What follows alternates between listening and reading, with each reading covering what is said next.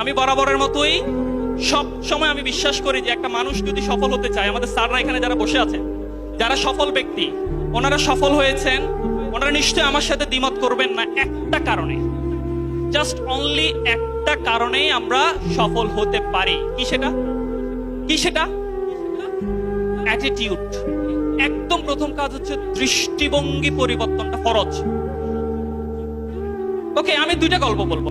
আমার প্রথম গল্প হচ্ছে অ্যাটিটিউড নিয়ে। এক ডাক্তার দুজন লোককে অ্যাটিটিউড বুঝাচ্ছে, মাদকাসক্তির কুফল বোঝাচ্ছে ডাক্তার।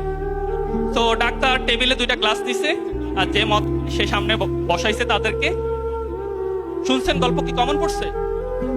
ওয়াও, গল্প যদি কমন না পড়ে তাহলে স্পিকারের চেয়ে খুশি আর কেউ হয় না আসলে। সো উনি দুইটা বোতলে, একটাতে পানি রাখছে আর একটাতে অ্যালকোহল মানে মদ রাখছে। সামনে বসা যিনি আছেন উনি কি প্রচুর মদ খায়।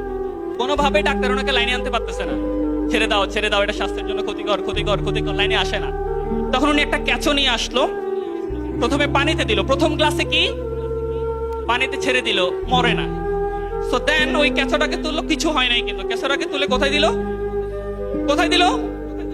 এর পাশের গ্লাসটা কি অ্যালকোহলে দিল। অ্যালকোহল কি খার, রাইট? আমরা খার পড়ছি না? অ্যালকোহলে দেওয়ার পরেই ক্যাচোটার কি অবস্থা?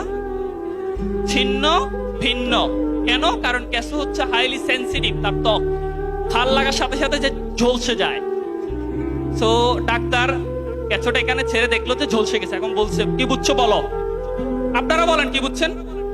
মদখোর তখন বলছে যে স্যার, মদ খাইলে পেটের মধ্যে যত কৃমি আছে সব নষ্ট হয়ে যাবে।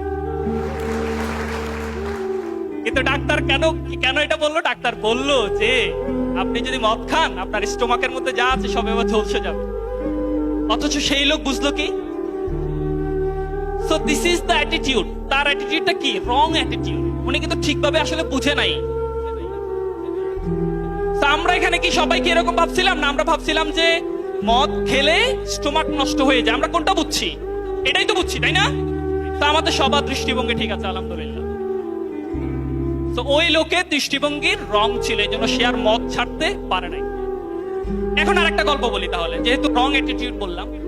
পৃথিবীতে দুইটা প্রাণী আছে যারা হচ্ছে king of their kingdom. So একটা গল্প এর আগে বলে ফেলেছি, এই জন্য আজকে আর বলবো না। আর একটা গল্প বলি যে আমি যদি আপনাদেরকে জিজ্ঞেস করি বনের রাজা কোনটা? টাইগার, এলিফ্যান্ট, জিরাফ, কে? হায়না, কে? দেখছেন সবাই কিন্তু সিংহ বলছে, বাট কে বড়, সিংহ না হাতি? কে বড়? সাইজে কে বড়? মানে সাইজে কে বড়? লম্বায় কে বড়? হিংস্রতায় কে বেশি? হায়না। তারপরেও they are not the king of the jungle. কেন? সিংহ কেন কিং অফ দ্য জঙ্গল? কেন? কারণ দেখেন, আমি যদি সিংহ হই, আমার সামনে যদি একটা হাতি আসে, সিংহ তার একটা বিলিফ, আমাদের একটা বিশ্বাস আছে না, বিশ্বাস যে আমরা মুসলমান, আমরা এটা করতে পারবো না, বা আমি এই ধর্মের, আমি এটা করতে পারবো না, আমি ওইটা করতে পারবো না। সিংহ যখন হাতিকে দেখে, সিংহর ফিলিংস দেখেন, I am so much hungry, I need to take my lunch. কি খাইতে চাই? যখন একটা ক্ষুধার্ত সিংহ যখন হাতিকে দেখে, তার মাথার মধ্যে আসে যে I need to take my lunch. আর ওই জায়গায় সিংহ দাঁড়িয়ে কি চিন্তা করে? ওয়াল্লাহ, সিংহ মামা আজকে আমার তো নিস্তার নাই। অথচ সে কিন্তু চিন্তা করে না যে আমি তো সিংহ অনেক বড়, আমি তো মানে সিংহকে পা দিয়ে শেষ করে দিতে পারি। সো এই যে ফিলিংসটা আসছে, এটা কোত্থেকে আসছে? কোত্থেকে আসছে? অ্যাটিটিউড। সিংহর অ্যাটিটিউড হচ্ছে যারে পাবো শেষ করে ফেলবো। দ্যাটস ওয়াই সিংহ is the king of the jungle. So কিসের কারণে? আপনারা তো নিশ্চয়ই বনের রাজা হবেন না। আপনারা নিশ্চয়ই আপনি আপনার ক্লাসের মধ্যে রাজা হতে চান, রাইট? আপনি নিশ্চয়ই আপনার সারা বাংলাদেশে যারা চাকরির জন্য পরীক্ষা দিবে, আপনি নিশ্চয়ই তাদেরকে পরাজিত করে চাকরিটা আপনি পেতে চান, রাইট? কারণ চাকরি না হলে সে যে চলে যাবে। সো তাহলে প্রথম কাজই হচ্ছে দৃষ্টিভঙ্গিটা চেঞ্জ করতে হবে। তো আমরা কি সবাই সঠিক দৃষ্টিভঙ্গিতে বিশ্বাস করি? আমরা কি বিশ্বাস করি যে আমি পারবো? আমরা কি বিশ্বাস করি যে ময়মনসিংহ পারে? আমরা কি বিশ্বাস করি যে ময়মনসিংহ যদি ভুটানের রাষ্ট্রপ্রধান দিতে পারে, তাহলে ময়মনসিংহ সবকিছু দিতে পারবে? পারবে? ওকে, তাহলে আমাদের দৃষ্টিভঙ্গি ঠিক হয়ে গেছে, গল্প শেষ।